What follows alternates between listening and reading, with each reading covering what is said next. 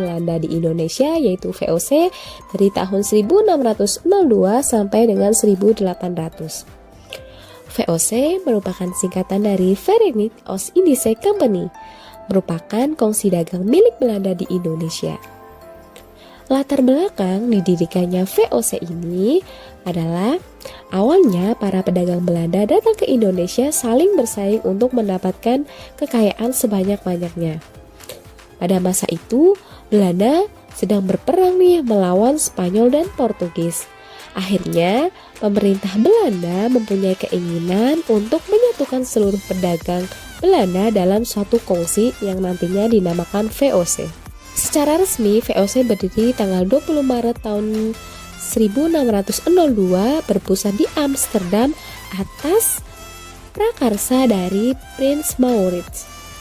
VOC ini dikelola oleh 17 pengurus pusat yang dinamakan Heren 17 atau Dewan 17. Tujuan dibentuknya VOC yang pertama adalah monopoli perdagangan rempah-rempah di Indonesia. Yang kedua, memperkuat posisi Belanda dalam menghadapi persaingan dengan bangsa lain yaitu Portugis, Spanyol, Inggris, dan lain sebagainya.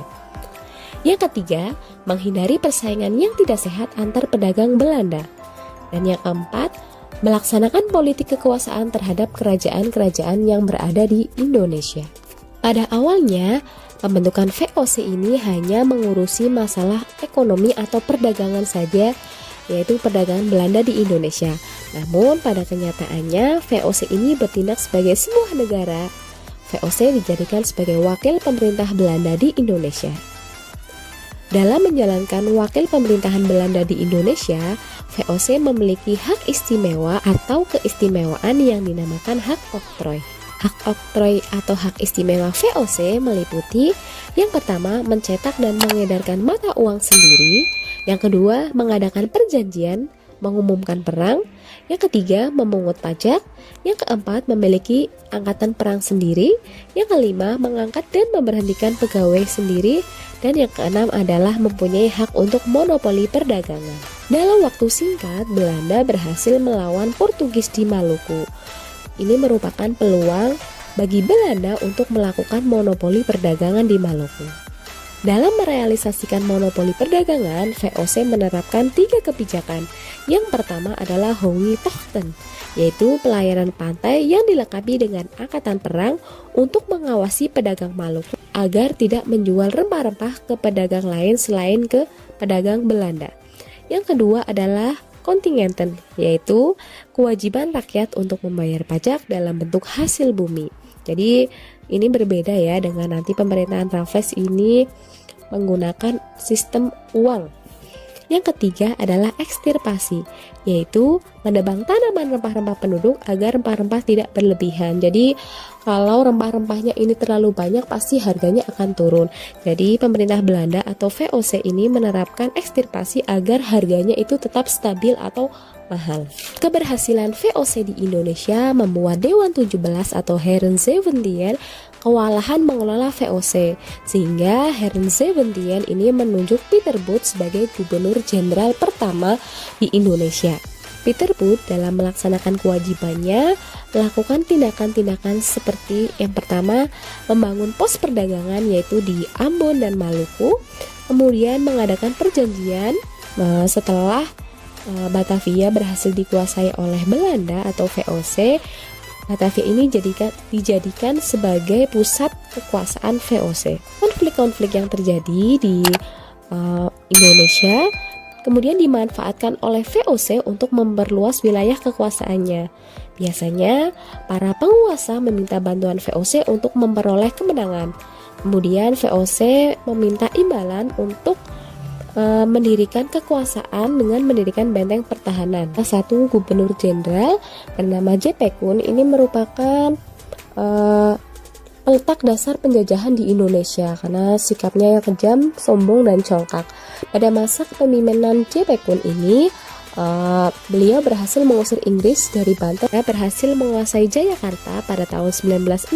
Selama masa kekuasaan VOC di Indonesia, VOC berhasil mengalahkan kekuasaan pribumi, yaitu dengan melaksanakan politik divide et impera atau tipu muslihat.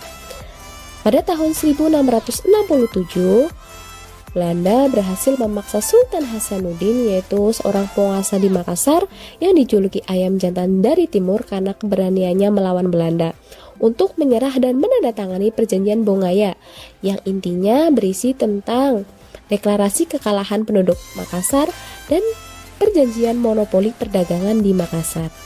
Selain Sultan Hasanuddin, Raja Sulaiman yang merupakan penguasa di Kalimantan Selatan terpaksa memberikan hak monopoli untuk VOC. Cara VOC menjalankan kekuasaannya di Indonesia dengan menerapkan berbagai kebijakan. Yang pertama adalah menerapkan kontingenten, yaitu kewajiban rakyat untuk membayar pajak dalam bentuk hasil bumi. Yang kedua adalah menerapkan Verplichte Verrentie, yaitu kewajiban rakyat membayar pajak berupa hasil bumi yang kekuasaannya atau daerahnya tidak dikuasai oleh VOC. Kemudian Priangan Stelsel, yaitu kewajiban rakyat menanam kopi di daerah Priangan. Dan yang keempat adalah menjalin kerjasama dengan pemerintah kolonial. Keruntuhan VOC dimulai tanggal 24 Maret tahun 1749.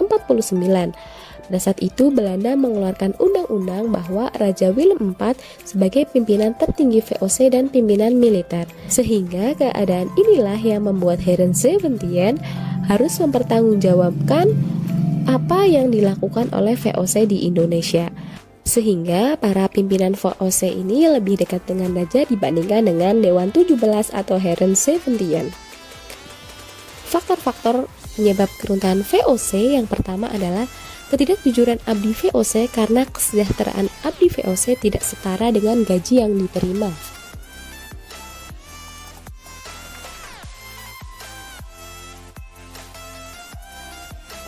Yang kedua adalah korupsi dari semua tingkatan, dari tingkatan teratas atau pimpinan sampai dengan tingkatan yang bawah. Kemudian karena kemunduran dinas militer karena mutu perwira. Yang keempat adalah konfrontasi dengan Prancis tahun 1795. Prancis berhasil menguasai Belanda dan mendirikan Republik Batak pada tahun 1795 sampai dengan 1806. Prancis dipimpin oleh Napoleon Bonaparte pada saat itu. Kemudian karena faktor-faktor di atas tadi, akhirnya Vereenigd Oost-Indische Company dibubarkan pada tanggal 31 Desember 1799. Demikian penjelasan tentang masa kekuasaan VOC di Indonesia.